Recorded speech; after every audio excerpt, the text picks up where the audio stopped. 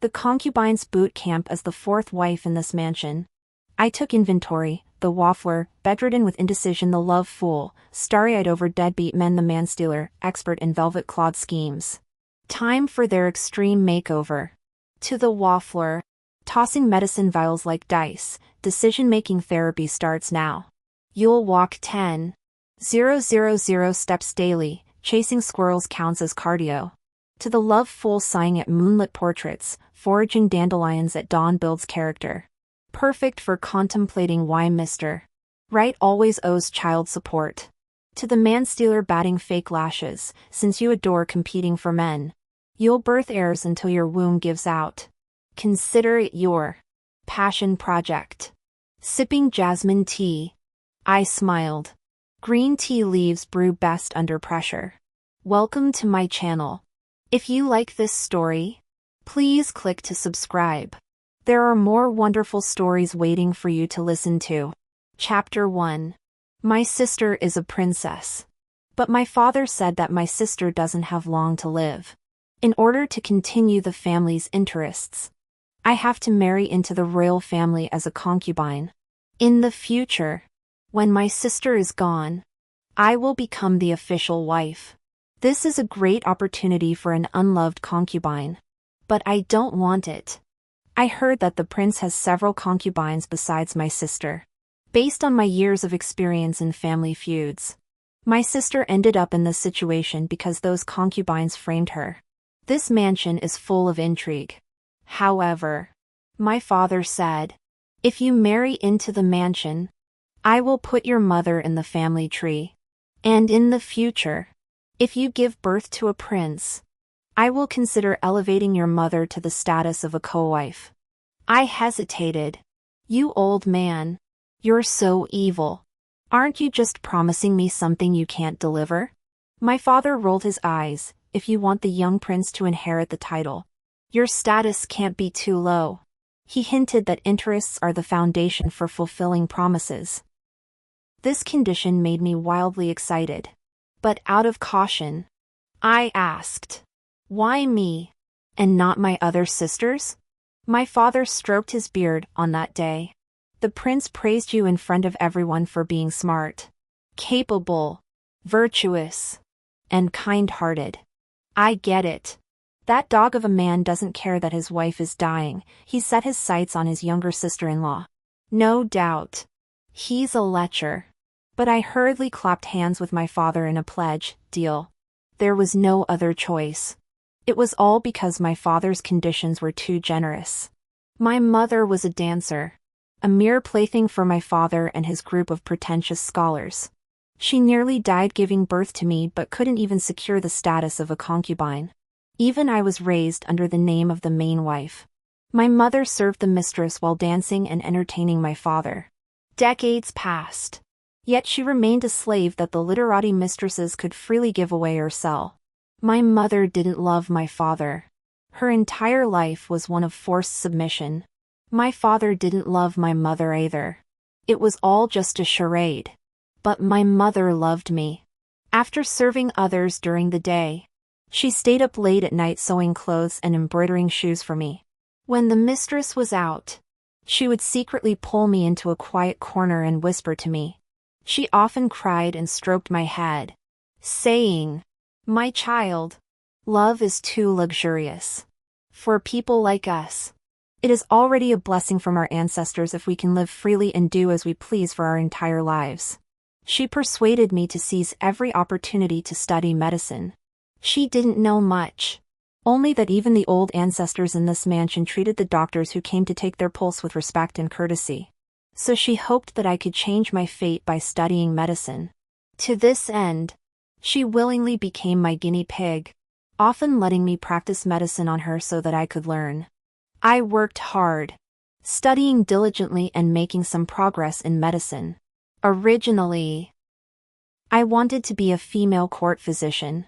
Female court physicians were few and far between in the capital.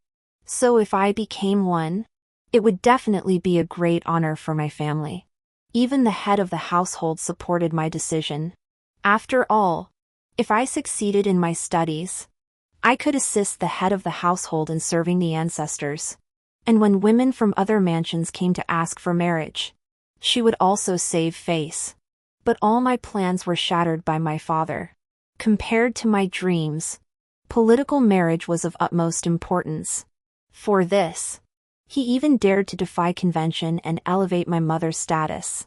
You must understand that for a concubine to be elevated to the status of a co-wife is a source of ridicule among the aristocratic elite who place great importance on lineage and status. But if I could capture the prince's heart, my child would become the legitimate heir to the prince's mansion, and my father would become the grandfather of the crown prince. What would it matter if people laughed at us for a while? Once the fuss died down, he could write a few sappy poems for my mother. And who knows? Maybe future generations would romanticize our love story and remember us forever. But my greatest wish is simply for my mother to live a better life. So when my father promised to elevate my mother to the status of a concubine, I dared not believe him. But if my mother could be included in the family registry, she would no longer be sold off at will for the rest of her life. At least that would be a guarantee. Of course, there is one final issue. I asked my father, with my lowly status, how could I possibly become a concubine? My father laughed and said, "You are the second daughter of the Minister of Works. Even if your biological mother is of low status, I couldn't let you go to the prince's mansion to be a concubine. If word got out, wouldn't everyone laugh at me?" I understood. To my father, even if his biological daughter became a concubine, she had to be a concubine with status. He had always cared about the reputation of his family as literati and officials. He looked at me lovingly and said, "My daughter, at least you are lucky to have caught the prince's eye." I closed my eyes and didn't look at my father anymore. That dog of a man had truly polluted my eyes. However, on the night I married into the prince's mansion, the prince did not enter the bridal chamber. It was said that one of the prince's favorite concubines had gone missing and had been searching for him desperately before disappearing. The prince said he would return to my room once he found her, but he didn't show up all night. The next morning, I had nothing to do, so I went to visit my sister. She was lying in bed, looking pale and emaciated. I took her pulse and found that although she was seriously ill, she wasn't in a life-threatening condition. I asked her, "Sister, why is everyone saying you're about to die?" "Silly sister," my sister said. "If not, how could I help you escape that old bastard of a father?" I was taken aback. What? It turned out that recently, a 70-year-old general had lost his first wife and wanted to remarry. My father had clearly set his sights on her. My sister pulled my hand and said fearfully, "Little sister, you are as beautiful as a flower. How can you let an old man ruin you? What if the old general dies in a couple of days? You'll be a widow." So I begged the prince, "Rather than let you marry a dying old man, it's better to live comfortably in the prince's mansion." I had mixed feelings, sister. I could die on my second day of marriage and become the old grandmother of a general's mansion. I think I could live the rest of my life in comfort.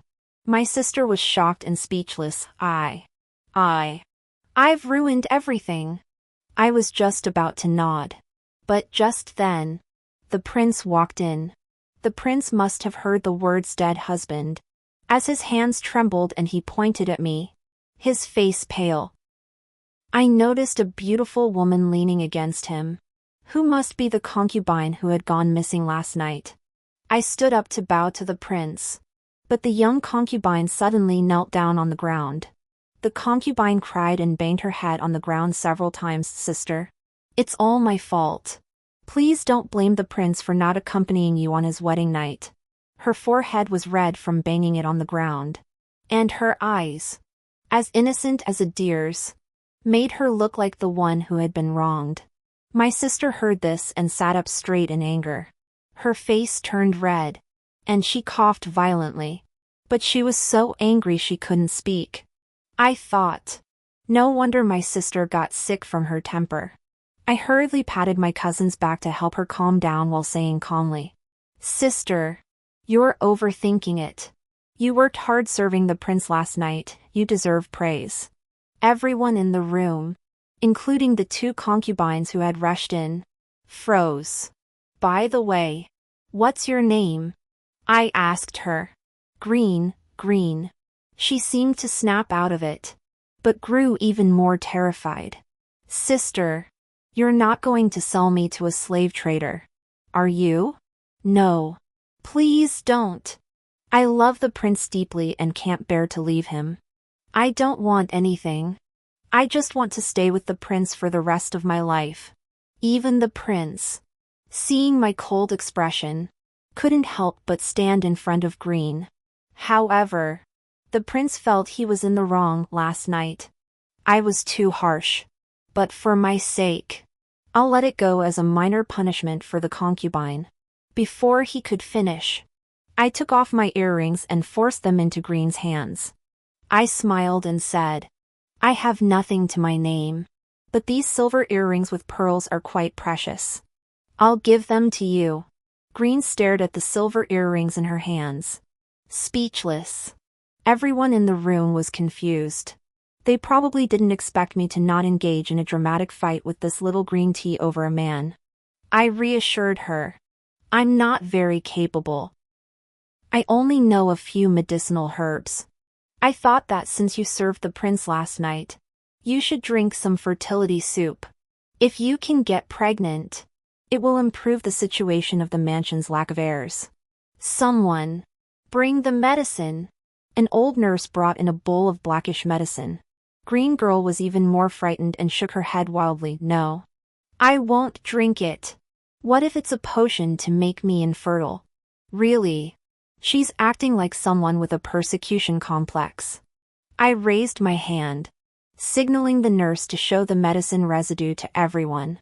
There wasn't a single herb in the residue that could harm the body.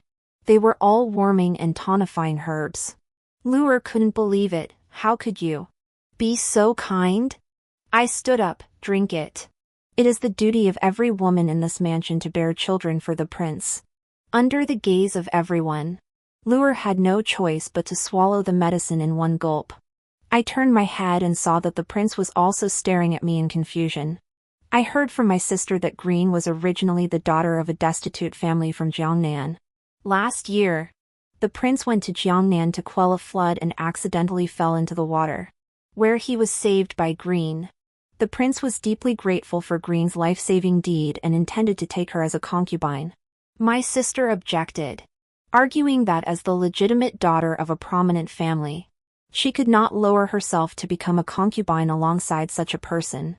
Even though Green was only a secondary concubine, she caused such an uproar that she even alarmed the empress.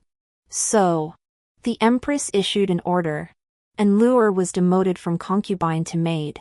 For the daughter of a destitute family, to be able to enter this mansion to serve the prince and enjoy the extravagant wealth of the imperial family was already a great honor for her ancestors. Therefore, the two of them became bitter enemies, unable to coexist, often clashing openly in front of the prince. However, due to a debt of gratitude for saving her life, the elder sister couldn't simply dismiss her like an unruly concubine and have her sold off by a slave trader. They could only remain in a stalemate. My sister had been pampered since childhood. Unlike Green, who was gentle and knew how to read people's expressions, often suffering in silence, which eventually made her ill. As for the prince, think about it from his perspective. If you were a man and two beautiful women were fighting over you, would you be angry with one of them? Of course not. You would secretly rejoice, feeling charmed, and happily think about how to play the role of the master of balance. Thus, the backyard of the mansion became a paradise for men and a battlefield for women. Since I entered the mansion, Elvire has had a strong sense of crisis. Unlike the princess, who would fly into a rage with just a few words of instigation, I was more difficult for her to deal with. She clung to the prince even more, to the point where she was almost never out of his sight. As a result, I had been married into the mansion for over a month, but I hadn't even seen the prince's face. This drove my sister crazy. Whenever she gets angry, she smashes tables and medicine bowls, looking as though she wants to rush out and strangle Green. I wave my hand and say, "Sister, you're just being unreasonable." My sister pauses. "Your husband is so infatuated with that seductive woman. And you're not angry?" I sigh. What's there to be angry about? I have no feelings for the prince. But I'm angry. My sister clenched her handkerchief in fury, her eyes red, almost vomiting blood. After I married into this family, I was once deeply in love with the prince, harmonious and in tune with each other. Yet now, that lowly concubine has come between us, and I can't even see the prince anymore. I laughed. Sister, in a lifetime, love is only a small part of life. You shouldn't have placed all your hopes and emotions in a man. And you certainly shouldn't be constantly competing with a lowly concubine for his attention. But we are destined to live our lives in the inner quarters, with our husbands as our masters, maintaining peace in the household, and ensuring the continuation of the family line. If I don't revolve around the prince, what else can I do? My sister asked. My sister had been raised by our father to memorize the virtues and taboos for women, so it was no surprise that her mind was filled with thoughts of marrying well and raising children. I shook my head, sister. I don't know what you could do either. That's something you have to figure out for yourself. My sister fell silent. After a while, she said, "I'm not fighting for the prince, I'm fighting for my dignity. I just can't stand how shameless Green Girl is." I could only sigh. Sister, try looking at it another way. Since she loves the prince so much, let her have her way. Let her bear his children, give birth relentlessly, and keep giving birth until she can no longer conceive. My sister, with her stubborn mind, finally began to consider it, exclaiming, "Sister, you're truly ruthless. They say that giving birth is like walking through the gates of hell. I'm making her go back and forth, risking her life at the gates of hell." My sister thought about it and hesitated again. But what if she gives birth to many children? Their status will rise through their mother, and it might threaten my position as the legitimate heiress. I laughed again. Sister, haven't you forgotten that all our children are to be adopted under the main wife's name? My sister was enlightened. How could I have forgotten that? Sister, you need not worry about the illegitimate children harboring resentment, I said. As long as you, as the head matriarch, act fairly and justly, without overly harsh treatment toward anyone, the illegitimate children will naturally understand that in this capital city that values lineage and pursues nobility, being raised under the name of the main matriarch is worlds apart from being raised by a lowly birth mother. My sister finally listened to me, and her expression softened. She said, "You're right." After a while, she suddenly remembered something and hurriedly called a servant. "Go. That little slut who's been serving the prince every night, give her a fertility soup. 1 serving a day. No. 3 servings a day. And don't stop." Me. My sister is so perverted. How dare she call me cruel? I had nothing else to do, so I started to take care of my sister's health. After her cough got better, I often took her for walks in the courtyard. Stillness produces yin. Movement produces yang. Once my sister had enough yang energy, her condition naturally improved quickly. My sister didn't want to move, so I persuaded her that strengthening her physique would help her conceive. Now, without me having to urge her, my sister walked 10,000 steps every day. My sister had been in this mansion for several years, and having children had always been a major concern for her. Less than a month later, she was as lively as a young girl. This made the lady of the house very excited. She sent messages through the servants for several days, saying that my sister should come home to visit now that she was well. So, I accompanied my sister on a trip back to her parents' home. The matriarch was deeply moved upon seeing my sister. The two women embraced and wept bitterly in the room, exchanging heartfelt words. I stood outside the door and noticed that among the servants attending to them, my mother was absent. I asked around and learned that she was ill. Sure enough, the thing I feared most had happened. I quietly made my way to my mother's courtyard and saw her lying sick in bed.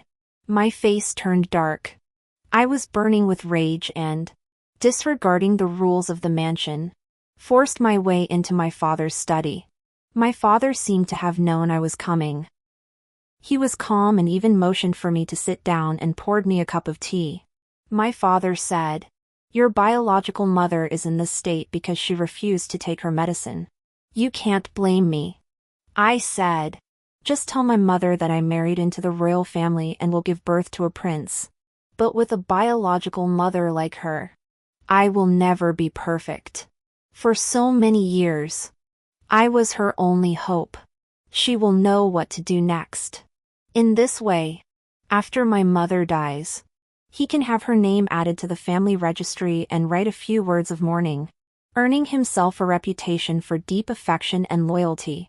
He will no longer have to worry that adding my mother to the family registry and elevating her to the status of a concubine will be mocked by the nobles of the capital. He will also have fulfilled his duty toward me. They say that even a day of marriage brings 100 days of gratitude.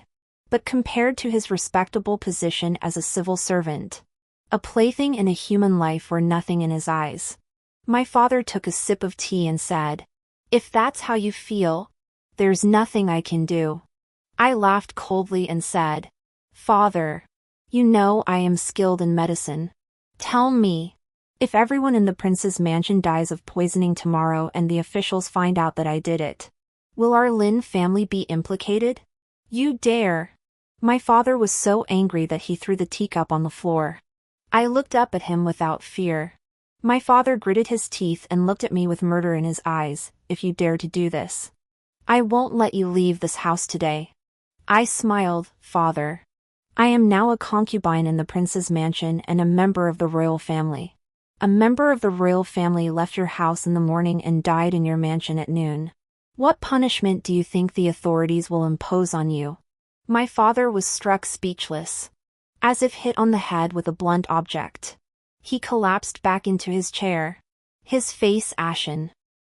"They say those with nothing to lose have nothing to fear. As long as I have the reckless courage of a broken pot, he can only hesitate to act. His reputation, his official rank, his wealth and prestige, all of it had become his Achilles heel. I knew that now was the time to give my father an out. I said, "Father, I dare not ask you to elevate my mother to the status of a concubine. All you need to do is send her to a remote estate on the outskirts of the capital.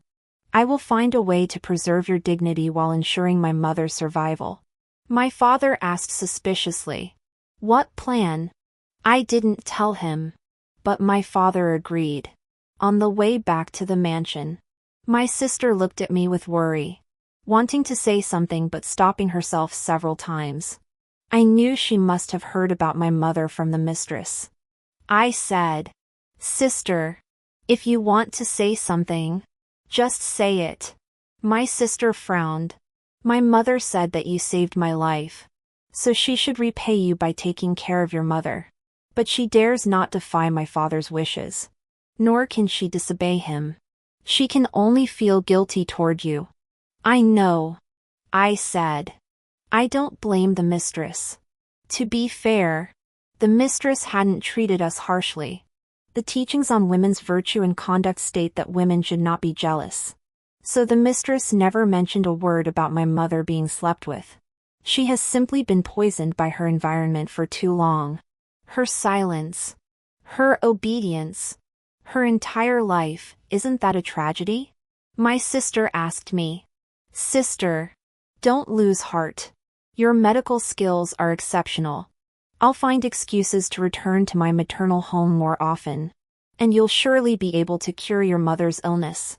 But I calmly replied, "Sister, I have a plan that can help my mother escape and spare the mistress from having to make a difficult decision about her. My sister's eyes lit up. Tell me. I'll help you. I said. Sister. I'll ask my father to send my mother to a villa in the suburbs of the capital. Then we'll have the guards of the mansion pretend to be bandits and kidnap her. To the outside world. We'll say that my mother jumped off a cliff to preserve her chastity. When my father hears this, he'll be overjoyed and will surely erect a chastity monument for her to honor her memory and bring glory to our family. This way, my father preserves his dignity, and my mother saves her life. It's a win-win situation. My sister clapped her hands and praised me. Sister, that's a great plan. But there's one thing about this plan. To use the prince's guards, we need the prince's permission. Me. But I can't see the prince. Therefore, I had no choice but to break into his study again. This was a secret. So my sister stood guard at the door to prevent anyone from eavesdropping and ruining my plan. When the prince saw me approaching him, he furrowed his brows, seeming to pause for a moment before remembering who I was. After all, over the past 2 months, we had only crossed paths twice. As I walked toward him, he hurriedly stepped back. You wouldn't be here to avenge your dead husband, would you? My treasonous words that day had left a deep impression on him. But I knelt down and kowtowed 3 times. I cut to the chase and told him my plan concisely. He hesitated. This is a family matter of the Lin mansion.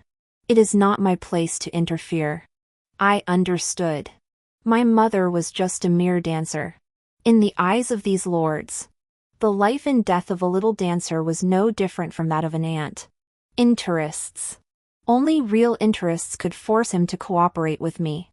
So I said, Your Highness, I know why you took my sister as your concubine and me as your consort. It's because of my father's influence among the literati. The prince perked up and gestured for me to continue. I said, You used the marriage alliance to gain the support of the literati through my father's connections. So they would back you as the crown prince. The prince smiled but said nothing. I changed the subject, but my father is a hypocrite. He speaks of righteousness and morality but seeks fame and glory behind closed doors. The literati elite think highly of themselves. How many of them truly respect him? The prince's eyes flickered. The literati elite are essentially scholars who have entered the imperial court and formed a clique to wield influence. My father oversees the imperial examinations in the Ministry of Personnel, so he holds some influence among the literati. I said, but when it comes to influence among the literati, no one can match Peng Fuji, who is known as the imperial tutor, though he has retired to his hometown. His works are numerous, and scholars across the realm all study his masterpieces. The prince clearly had encountered resistance before, but Master Peng regards the powerful as worthless. I said, my father has had some dealings with Master Peng. I know he has a grandson, the sole heir of 3 generations, who has been married for years but has no children. They are very anxious. If I could help them with their health and ensure the continuation of their family line, he would certainly remember the prince's kindness. The prince frowned. It is said that Master Peng has consulted many renowned doctors, yet none have been able to cure his grandson's wife. I smiled enigmatically. His grandson's wife has been childless for years. Perhaps the issue lies with the grandson, not the wife. The prince looked utterly unconvinced. After all, in this world, which man would admit to being impotent? When something goes wrong, it's always the woman's fault. We stared at each other in silence. After a while, I seemed to remember something. I suggested gently, actually, Your Highness, if you have time, you could let me take a look. After all, Your Highness has my sister and several concubines. It's impossible that there's been no movement all these years. But it seemed like I had touched a nerve, and his face turned from pale to red. He suddenly swept his sleeves and left. Because of Mr. Peng's matter, the prince finally abandoned his little green tea and needed to take me on a long journey. However, he seemed to avoid seeking medical attention, treating me like a flood or a wild beast. His gaze filled with caution. Therefore, I called my sister. That night, the prince stayed in my sister's room, with no one to interfere. The two of them grew closer and closer, spending the whole day together, very much in love. My sister tried several times to persuade the prince to stay in my room, but as soon as he entered, he saw the silver needles in my hand glinting in the candlelight and immediately fled. We went to Master Peng to explain our intentions. Upon hearing this, Peng's grandson was so humiliated that he flew into a rage, brandishing his fists and trying to have the guards throw us out. My father cared about the nobility's reputation, but Peng's grandson cared about a man's honor. Fortunately, Master Peng was a man of discernment. After understanding the situation, he ordered his servants to restrain his grandson and allowed me to treat him. In the inner chambers of the palace, women were deeply concerned about issues of offspring. Therefore, after studying medicine for so many years, I specialized in this field. I treated the Peng family's grandson for several months, using acupuncture, massage, and herbal medicine, and even helped them calculate the optimal days for intercourse. Finally, the Peng family's granddaughter-in-law showed signs of pregnancy. Mr. Peng was overjoyed and immediately arranged a banquet to celebrate for 3 days and 3 nights. The Peng family treated me as an honored guest, and the prince took the opportunity to frequently visit Mr. Peng's study to seek his advice on literature, forming a close friendship with him despite their age difference. Before returning to the capital, the prince did not disappoint me. He purchased a small courtyard near the Peng residence and arranged for my mother to live there. This place was far from the capital, and no one recognized my mother. The Peng family, out of gratitude for my kindness, would certainly take good care of my mother, and I could rest assured. My mother and I bid each other a tearful farewell. My mother said, "My son, once you enter the gates of a noble family, it's like entering a deep sea. I don't know if we'll ever have the chance to meet again. You must live well. I will also live well for you and never betray your trust." I said, "Mother, how do you plan to live from now on?" My mother said, "Over the years, besides dancing, I followed you to learn medicine and know a few herbs. The lady of the Peng family recommended me to a respected local physician. I will work in the pharmacy to help out, though the rest of my life will be humble. It should be secure." At that moment, I was extremely grateful to my mother for persuading me to study medicine. Studying medicine brought good luck to both my mother and me. On the way back, the prince looked at me differently. He was riding his horse and resting and drinking tea at the inn. Before going to sleep, he frequently looked back at me. My sister was overjoyed, saying that the prince finally recognized my goodness and that in the future, my sister and I would work together to win the prince's heart and sweep through the prince's mansion. But I felt that the prince was just wondering if he was like the Peng family's grandson, but couldn't bring himself to ask me. The prince was probably a little panicked inside. We returned to the mansion. Lure was waiting at the gate of the mansion early in the morning. As soon as she saw the prince, she started crying, saying that she missed him so much that she couldn't live without him. The prince's heart melted, and he hurriedly embraced Green and comforted her repeatedly. My sister saw this and her expression darkened instantly. I saw she was about to cause a scene, so I quickly pulled her aside. "Sister, the more Green acts so melodramatic, the more you must not be arrogant. You'll only end up at a disadvantage." But, my sister was so angry that her face turned red. "That little slut." I covered her mouth. I whispered in her ear, "Sister, the prince has always been inseparable from Green, but he was willing to abandon Green in the mansion and only take you and me with him because of Mr. Peng. Why is that?" My sister's struggles became smaller. I continued, Love is nothing in the face of a man's ambition. Sister, you should learn to use other things to keep the prince's heart. Not romantic love. My sister finally calmed down. The group entered the mansion. Lure said that the concubine was indeed a gynecological master. She didn't expect that after drinking the fertility soup for a while, she really got pregnant. This news shocked all the noble concubines in the palace. But when the prince saw my sister's belly, his expression turned extremely grim. Because over the past few months, my sister had also been drinking the fertility soup. Lure said that after she became pregnant, she felt dizzy and disoriented, and all she wanted was for the prince to hold her. But the prince ignored her. Lure added that she had been vomiting everything she ate since she became pregnant and was nearly exhausted.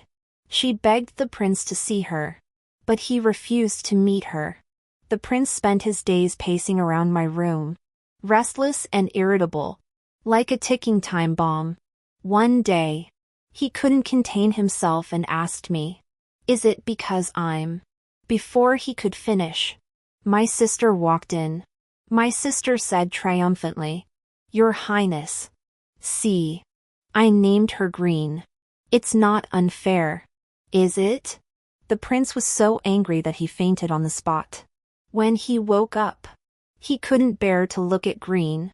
So all the flowers and plants in the mansion were stripped of their leaves, and even the vegetables were cut down. As for Green, she changed her name to Regret. It means that the prince regretted what he did. In this mansion, only my sister was happy when she heard Huiji crying, rolling around on her bed. Now, my sister finally experienced the joy of malicious instigation. Because of Huiji, the prince ordered a thorough investigation of the backyard. After half a month of investigation, Huiji's lover was not caught. But one of the prince's concubines was caught having a close relationship with a poor scholar.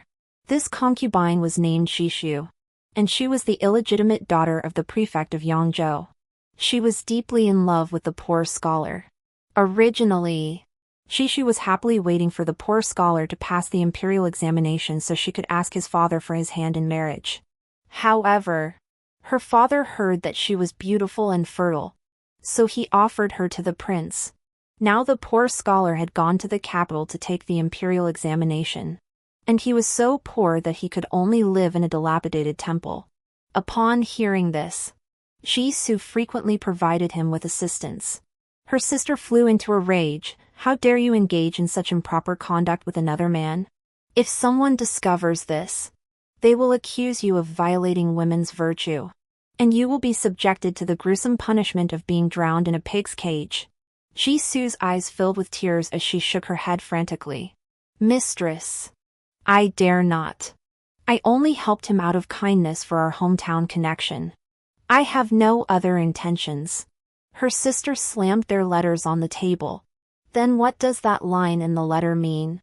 Once you've seen the ocean, other waters seem shallow. Once you've seen the clouds of Wu Mountain, other clouds seem ordinary?" Jisoo's face turned pale, and she collapsed back onto the ground. After a moment, Jisoo seemed to make up her mind. She clenched her teeth and said, "One person's actions should be their own responsibility.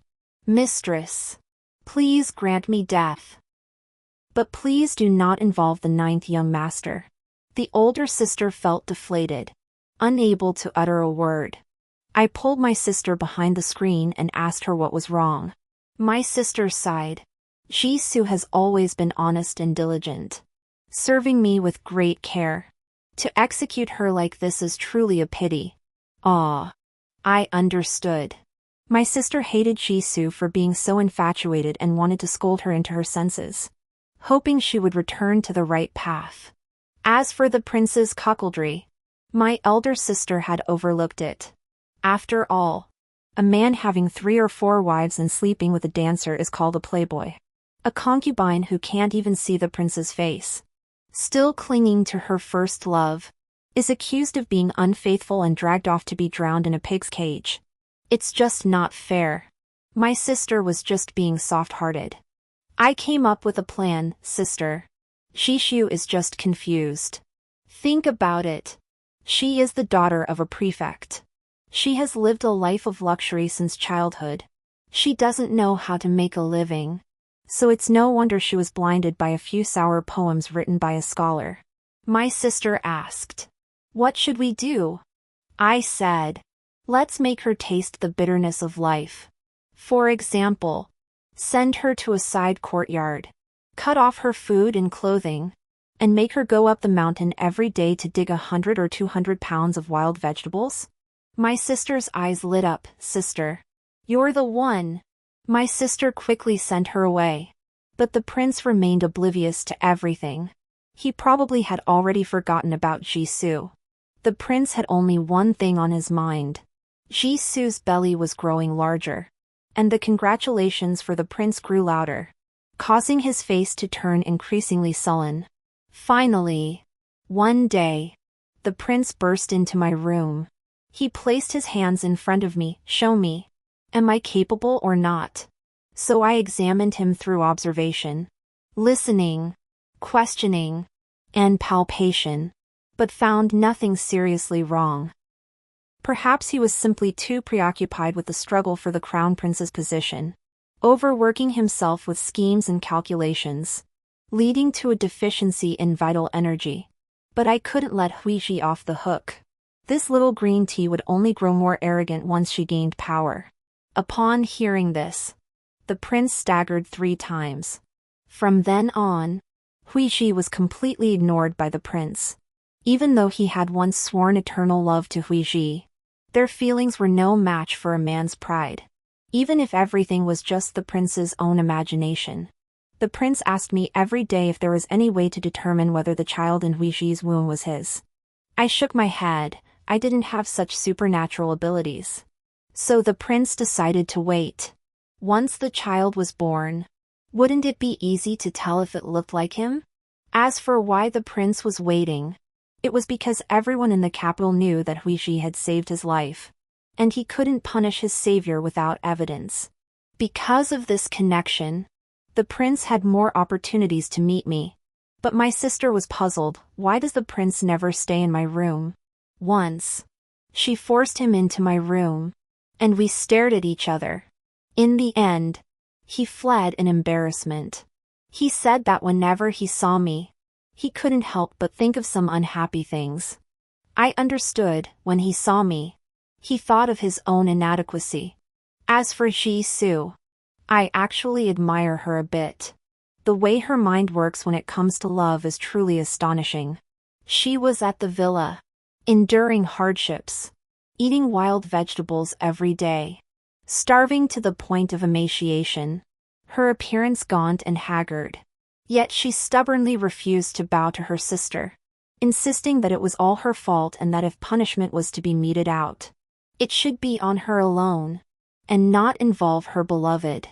But at the same time, the poor scholar living in a dilapidated temple, having lost all news of Jisoo, only lingered outside the mansion for a few days, and never sent another letter to the mansion. I was curious. Didn't the scholar worry about Jisoo's life at all? I sent my servants to inquire, but heard that the scholar had become famous for his quatrain about the daughter of the minister. So, I found Jisoo and made her a proposal. I said, "The imperial examination is coming soon. If your lover passes, I will beg my sister to find a slave trader to sell you out of the mansion. You can tell the scholar to buy you back. Then, you can be together forever. How about it?" Jisoo asked. "Why are you so kind to me?" I smiled and said, "Because I saw something interesting. Your beloved recited a quatrain to the daughter of the minister's mansion." Jisoo proudly interrupted me and said, "He will definitely not betray me." I shook my head.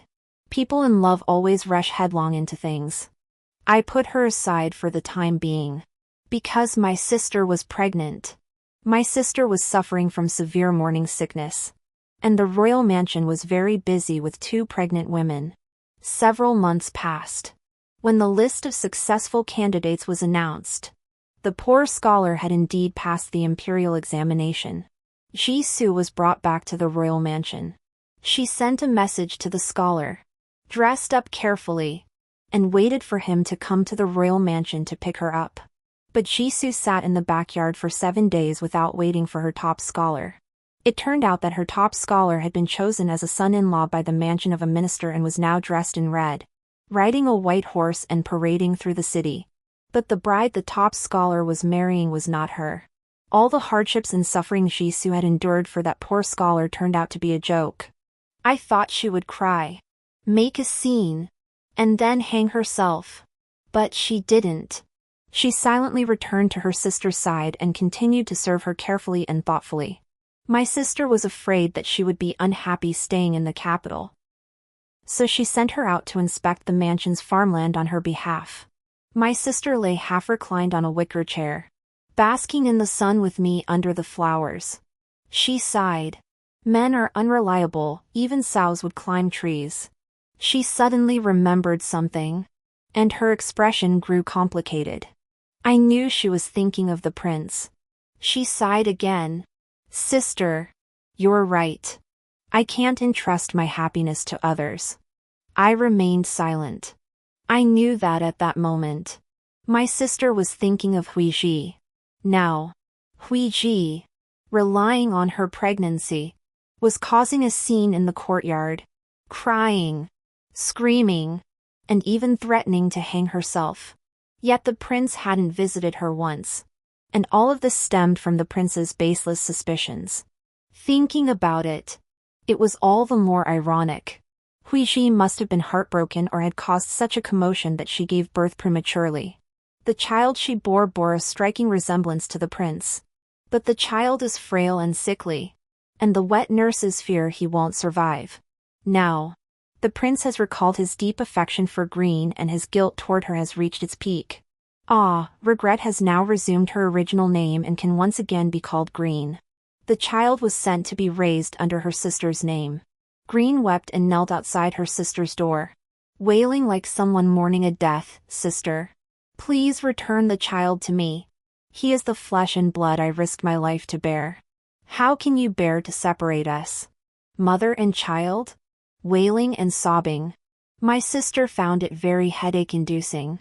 But her belly was growing, and she didn't want to get easily upset. I invited the prince over and suggested, Prince, perhaps we should return the child to his biological mother. The prince hesitated. That seems to go against the rules. In the capital, the children of high-ranking families are all placed under the name of the main wife. I said, my sister's belly is big, she can't endure the strain. Besides, Greenie cries every day at my sister's door, it's unlucky. The prince's expression darkened. But as soon as he stepped out the door, Greenie clung to his leg, looking pitiful. The prince recalled how he had misunderstood her for so long, leading to her premature birth, and his hesitation turned to guilt. The prince said the princess is pregnant and has many inconveniences. Let Green take care of the child for now. After the princess gives birth, we will discuss it further. My sister seemed to have matured a lot. She didn't get angry, but only said lightly, all right. On the day my sister gave birth, I was the most nervous. I thought that my sister must have some feelings for the prince. At a time when she needed companionship the most, the prince should have come to visit her, right? But when I sent someone to inform the prince, he had just entered my sister's courtyard when Green's people arrived, saying that Yugo was running a high fever and needed the prince to comfort him. The prince was caught between a rock and a hard place. Seeing that my sister hadn't given birth yet, he returned to Green's courtyard. Once there, he was kept occupied by Green and couldn't leave. I and the midwives worked until dawn, and the young prince was finally born. The Empress Dowager heard that my sister had given birth to a legitimate eldest son and was overjoyed, bestowing a house full of precious jewels as a reward. But when my sister woke up and heard that the prince wasn't by her side last night, she fell silent. She was so weak that all she wanted to do was sleep and had no strength to dwell on anything else. The prince finally managed to break free and rushed over upon hearing the news. His face beaming with joy. Jiao, we've had a big, healthy boy. The midwives happily brought out the young prince and handed him to the prince. But just then, my sister suddenly opened her eyes and blurted out, "Prince, you were with the sick you last night. Be careful not to pass your illness on to us." The prince was taken aback and sheepishly withdrew his hand. The prince probably knew he had gone too far. The older sister was in confinement. As soon as he finished court, he rushed to her courtyard to inquire after her well-being, bringing gifts that nearly filled the small storage room. However, the older sister remained indifferent toward the prince. Whenever he tried to kiss her, she would refuse, claiming her body was weak, and suggested he find green instead. The prince dared not go to green. Even a fool could see that my sister's attitude was off. He was married to our family for political reasons. He wanted to compete for the position of crown prince and needed the support of the literati and officials. Jisoo couldn't help but speak up, "Your Highness, I have no grudge against green. I'm just speaking the truth. You're favoring your concubine and neglecting your wife." I hurriedly knelt down with everyone else in the room. "Please think twice, Your Highness." This time, I could no longer tolerate green. She could cling to the prince and cry about her deep feelings all she wanted. But on the day my sister was giving birth, she still acted so inconsiderate. She hurt my sister at her most vulnerable moment. Crossing my line, my sister grew desperate, stood up, and shouted at me, "What are you doing, sister? How did I teach you to follow the 3 obediences and 4 virtues? How dare you gather everyone to pressure the prince?" I looked up in confusion, but saw my sister signaling me to stand up. The prince was grateful to my sister for her understanding and was even more considerate to her. When the empress heard about this, she was furious and summoned the prince to the palace to scold him and force him to kick Lure out of the mansion. In the capital, favoring a concubine over one's wife was a serious crime punishable by caning. In fact, the Empress Dowager did indeed strike the prince. However, she was ultimately concerned about her son's reputation, so she punished all the servants who had witnessed the incident that night and ensured that the matter was kept strictly confidential. But the prince could not bring himself to expel Green. The prince once again invoked Green's past life-saving favor toward him. My sister then entered the palace, and no one knew what she discussed with the Empress Dowager. When she returned, she had the prince buy a small courtyard outside the capital for Elvire to live in. This time, Elvire didn't even get the status of a concubine and became the prince's mistress. Of course, the illegitimate child had to stay in the mansion and be raised under my sister's name. I took advantage of the prince's absence to ask my sister, "Sister, are you still my sister? Don't tell me someone took your body and brought you back to life." My sister tapped my head and said, "You've read too many novels. Then how come you gave birth to a child and suddenly changed so much?" My sister lay on the bed, her eyes fixed on the ceiling. Her gaze was no longer as clear and bright as a young girl's, but filled with fatigue and disappointment. My sister said, "On the day I gave birth, I was in so much pain. It felt like my body was being torn apart. It was truly worse than death. I endured such agony to bear his child." But what was he doing at that moment? He was frantically trying to comfort the child he had with another woman. All the love I once felt for him, and the jealousy I felt toward Green, vanished completely. In this world, only pain accompanies me. I finally understood that in the most painful moments of life, the only things that can help me are my courage and perseverance. Men and love are nothing but nonsense. Sister, you persuaded me correctly. I really shouldn't have placed my happiness and sadness in the hands of others. It wasn't until I was hovering between life and death that I suddenly gained enlightenment. I looked at my sister. People say marriage is the grave of love. I say it's not. Having children is the true grave of love. After experiencing life and death, she suddenly realized that before loving others, One must first love oneself. My sister was completely transformed, becoming more composed and steady. Lure continued to cry uncontrollably outside. The prince sneaked out to comfort her, and my sister even thoughtfully prepared a carriage for him. But the distance was simply too great. The prince was busy with official duties and could only visit Lure once every few months. Yet he still cherished their past affection deeply. My sister loved her child very much and refused to let a wet nurse take care of her, insisting on raising her herself. So I stayed up night after night with my sister. As for the prince, he had people who wanted to curry favor with him, so they sent him all kinds of dancers and beautiful concubines. My sister invited a female court physician to come to this mansion. My sister said to me, "You've always liked studying medicine, so you can learn from the physician and pass the time."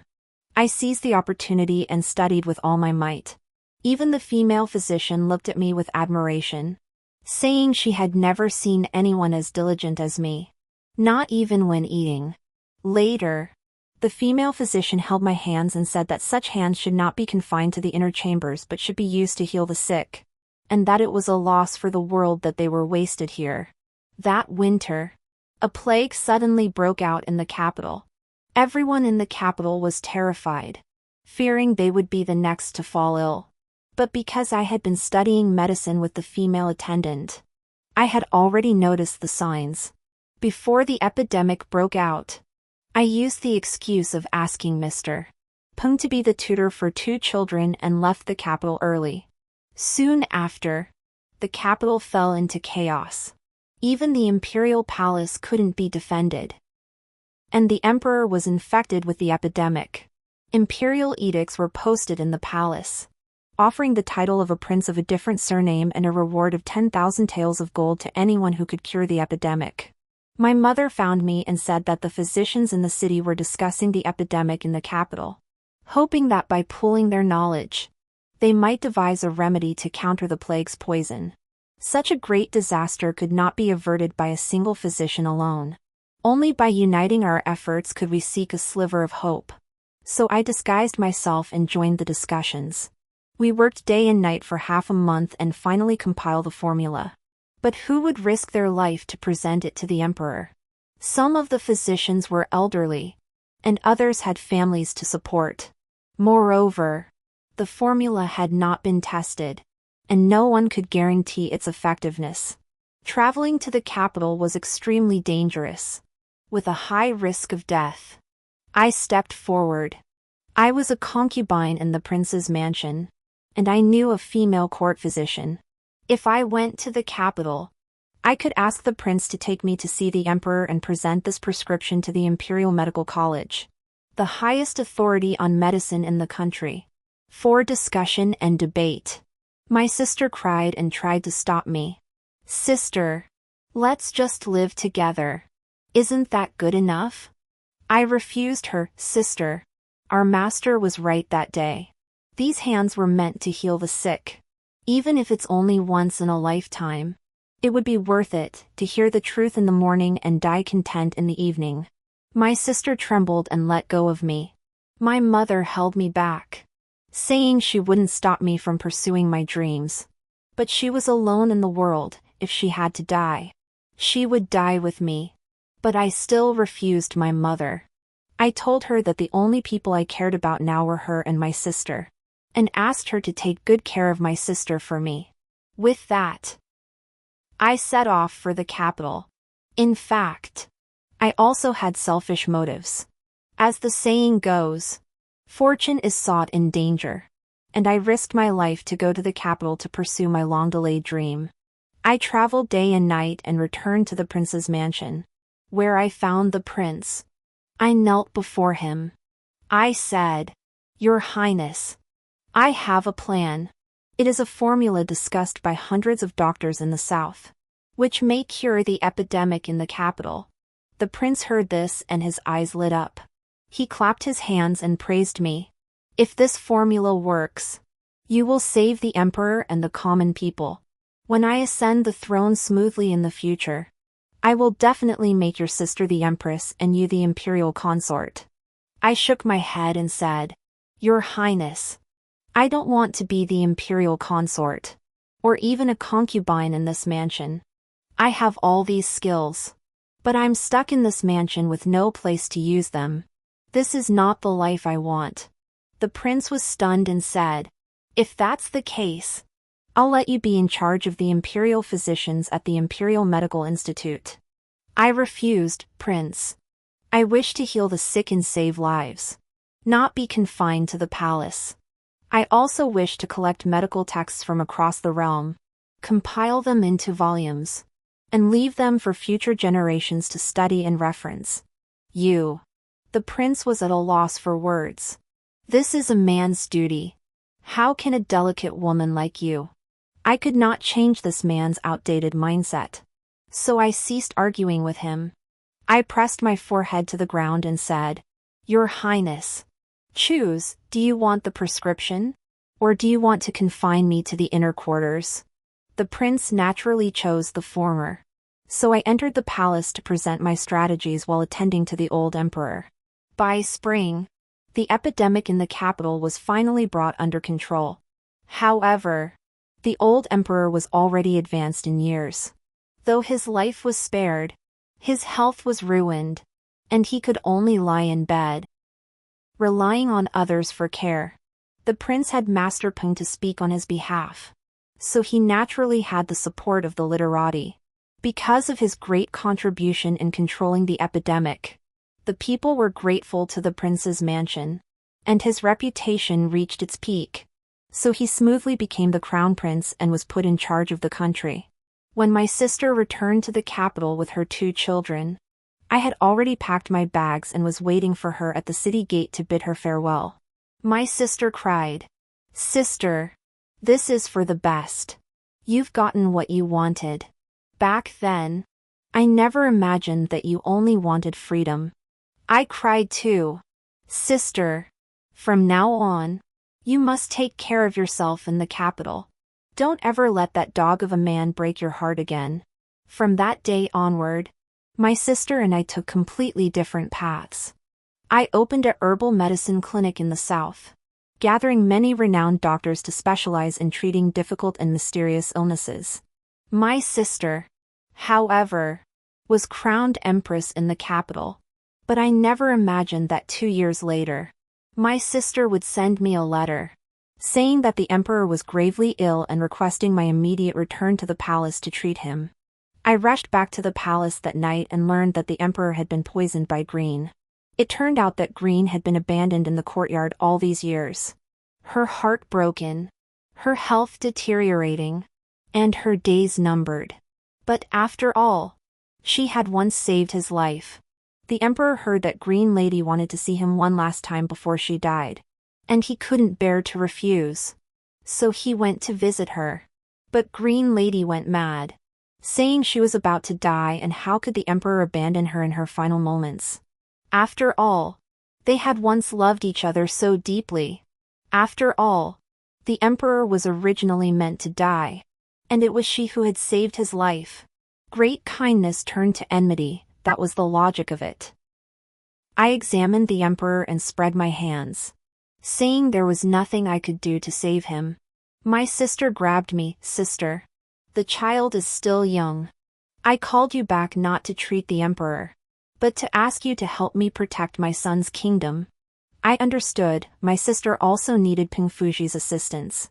The child is too young, only 4 years old, and the emperor has only been on the throne for 2 years, with an unstable power base. Therefore, there was significant opposition within the court to my sister ruling behind the scenes, with many supporting another prince to ascend the throne. After all, the court officials feared that if my sister became Empress Dowager, she would allow her relatives to seize power and disrupt the imperial order. In the end, Master Ping emerged from seclusion. We summoned several powerful ministers for a secret discussion. Master Ping said that our dynasty has always followed the principle of succession by the eldest son. If we were to install someone else, wouldn't that be breaking the established rules? My sister promised the powerful ministers that as long as she was alive, she would never allow any members of the Lin family to hold official positions in the court. This measure would prevent the rise of powerful relatives and the chaos they would bring. The powerful ministers were reassured and unanimously supported the young prince to ascend the throne. Overnight, my sister pacified all the factions. By dawn, I returned home with the imperial edict. My father saw me and knew my sister had won. He was overjoyed and ordered fireworks to celebrate. His daughter had become the empress dowager. His grandson had become the emperor. From now on, he could walk tall in the capital.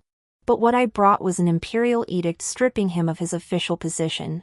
My father was granted the title of Duke of the State, but he could no longer serve as Minister of the Ministry of Personnel. From that day forward, his political career was shattered. The family honor he cherished most was now beyond reach. This was more agonizing than death itself.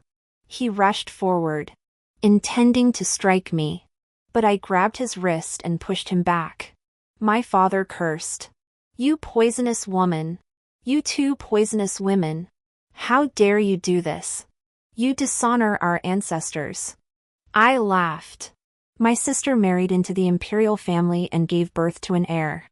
Her ancestors are the imperial family, not the Lin family.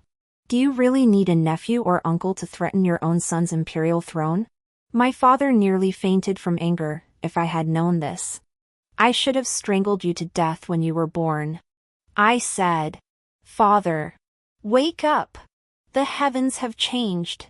I no longer argued with him, for I was now very busy.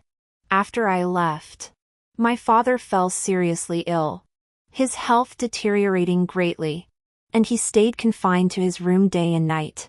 I knew he felt he had lost his dignity and no longer dared to go out in public.